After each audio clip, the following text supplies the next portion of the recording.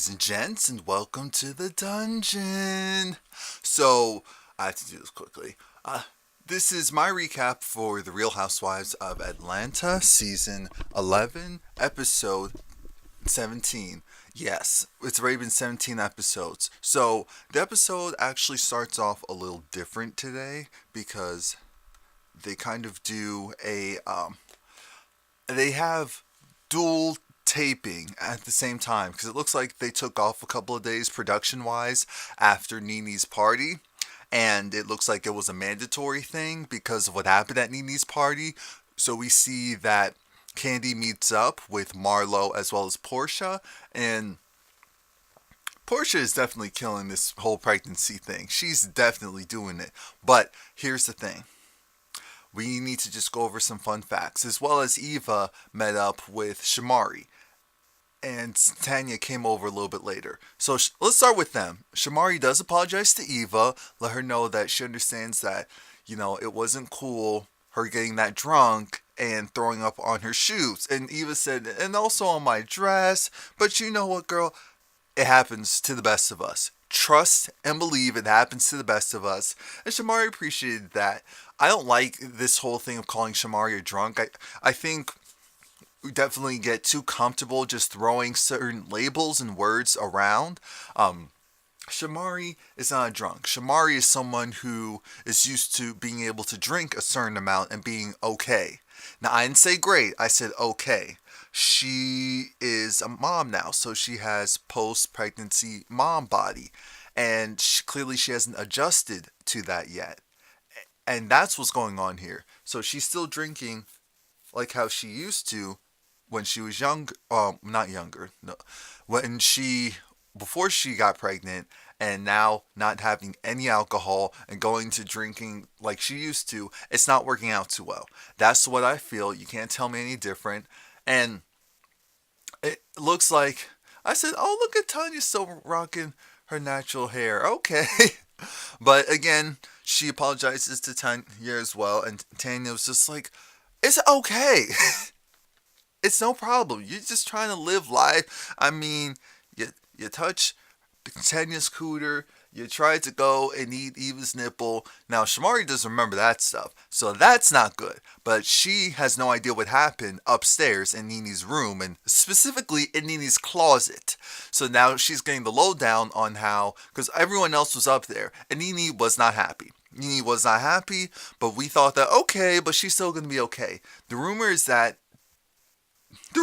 Nini had some underwear on the floor, and it wasn't the cleanest underwear. That is a rumor.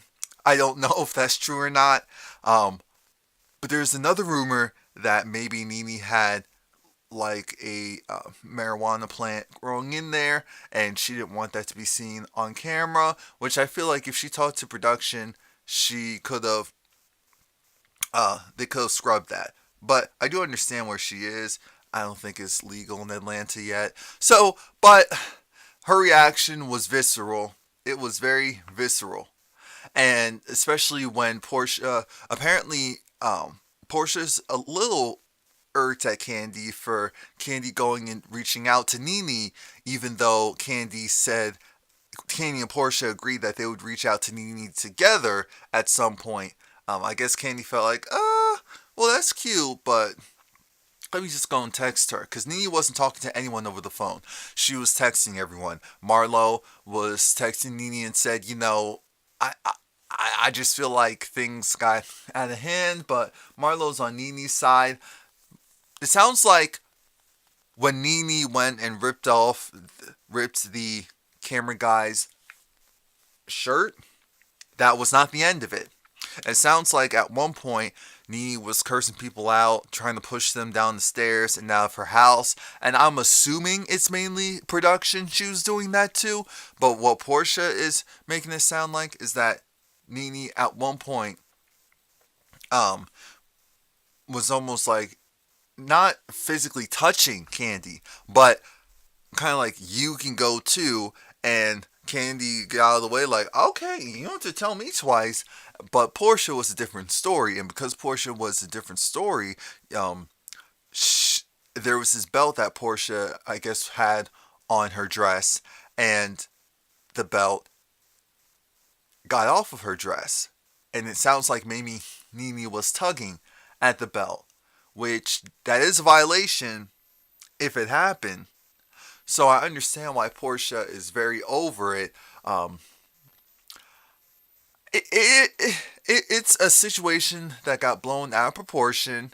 A light-hearted moment was when there were three birds fighting outside, and Portia was like, "Oh, that's you, Nene, and I." But aside from that, we're just going to move on because we're never going to know the full truth. Production won't allow that. I guess the rumor is true that Nene was suspended, or maybe it was agreed by her and production that she would take today off to cool down. I mean, the next couple of days to cool down, so she wouldn't film for this episode. Fine enough. This is Welcome to the Dungeon, so Nene is always a little weird when it comes to like the sexual stuff. I really need to go back to my old face products because this new stuff is having my face break out. But anyway, we move on. Eva and Cynthia and Eva's best friend, or one of her best friends, they're going to get a colonic. And Eva wants some advice from Cynthia, especially since Cynthia got married on the show. Cynthia said her biggest issue was money. Eva said now it's over 100 people. I said, Eva, oh Lord, someone save this child. Eva, really? Now it's over 100? Eva, come on. Eva agrees that it's gotten out of hand. It's gotten out of control. So she is going to, she paid for it though. She got extra gigs. She's going to pay for it. And it's paid for. It's all good. So now we don't need to talk about the wedding anymore because that's going to happen next week. They're going to go and do their colonics. And Cynthia FaceTime Mike Hill. I said, really? And then she was FaceTiming Eva like, oh my god, my colonic buddy. But it was a cute, lighthearted moment. Shamari needs to talk to Ronnie. Ronnie has another gig because he's going back on the road again with the guys. And here's her thing. She wants to be able to do it all. And she wants her children to at least have one parent present in the home. I said, that's great. That's beautiful. Here's the problem. The problem is that she's going to be a part of the dungeon thing. Cool. She just let me know that, apparently while she was drunk, she did a couple of things. And Ronnie was irked because clearly this has been a thing in their relationship. This isn't something new as far as boundaries, especially with women. Because Shamari is interested in women. She chose her husband, but she's at the very least interested in women. And with her getting drunk and this not being the first time, at least on the show, that's happened. Maybe it's fine in real life. But on the show, it's been messy. He's just kind of looking at her like, you need to get it together. Like, this isn't a good look. I don't care what anyone says. It's not. It's not. And she knows it. But she doesn't want to hear that from him. So that's where that pretty much ends. So then after that, we have Portia. Portia is talking to her planner because she wants to do this big gender reveal for her baby. I'm guessing that's how we're going to end the season. And because it doesn't happen, I don't think it happens next week. Maybe it does. But she's there with her sister Lauren, and they're just talking about how... And we know how this show is. Constantly having to rehash the same thing. So we're going to move on from that. Now Kandi is going through a bass rehearsal for her event. And Shamari's coming with Ronnie. I said, Ronnie, please don't give any pointers. I said, they have this, Ronnie. Please don't give any pointers. Please don't give any pointers. But he sits there. He chills out. Kandi's just going through everything and saying how it's going to run. Shamari sounds good, looks good. It's going to be a nice time. Cynthia's there. She's, and she brings Mike Hill, and we get it. Mike has a job, so he needs to go back and do that job. No problem. But before he left, he has a flight to catch. Cynthia was asked by Kandi, "Hey, so what are your boundaries? Like, can I kiss you at the show?" And Cynthia's like, "Oh, kind of looking like Mike, like, I didn't expect all of that. And is that cool, dude? Like, what's up?" And he was just like, "Do I need to cancel my flight?" Anyway, uh, now there's one more thing with Eva. Eva is finally going to show us her dress. All of her girls come, and we see Tiffany. The Tiffany that's Eva's very, very good friend, close friend, and the dress looks great. I said, "Oh, where is she wearing that dress to?" Not even thinking that it was for Eva's wedding. So I said, "Okay, big ups to Eva for actually giving her brides nice dresses." So her mother loves it, everyone loves it, and then they saw her dress, and her mother was thrilled, and I'm happy because we do not need her wailing about how her mom doesn't approve and is making her life difficult with all of this stuff. So now it's time for the dungeon party, and they don't have enough time to do a run through. Shamari's voice is gone, but it's fine because in pre-rehearsal they taped it because they do that a lot. And that's what a lot of people don't realize. And so the good thing is it'll actually sound right in that type of room because they did the pre-rehearsal in a room similar to that. So it'll be fine. As long as the tape doesn't skip, she'll be okay because she has no voice. She's been singing up and down this season, and now the voice is gone. She got sick, and now the voice is gone. Um, So like I said, there's not enough time for a full run through. A full run through is when you actually go and have the show, go and have everyone do their parts in the show all together, cohesive. Everyone's done their individual parts. They haven't done it cohesively one after the other in a full run through. So Kandi's nervous about that. But we do see Cynthia. Cynthia looks great like she always does. Tanya, I mean, Tanya, she was dressed well. She looked good. I thought the wig was. I said, okay, but everything else looks good, so it doesn't matter. It doesn't matter. It doesn't matter. Because she looked good. Now, who gave Cynthia a mini me? It wasn't a woman, but she got this like short man that was, I guess, supposed to be her. It's Cynthia, so we can't say sex slave. We can say her, not concubine, but you get the idea. He was wearing this like chastity or bondage-esque getup. I don't know how to describe that stuff. What I will say is that Kandi looked good. You, everyone was in rare form. It was sold out, and it actually looked sold out. CeeLo Green was there with his freaky self. I said, I'm not surprised.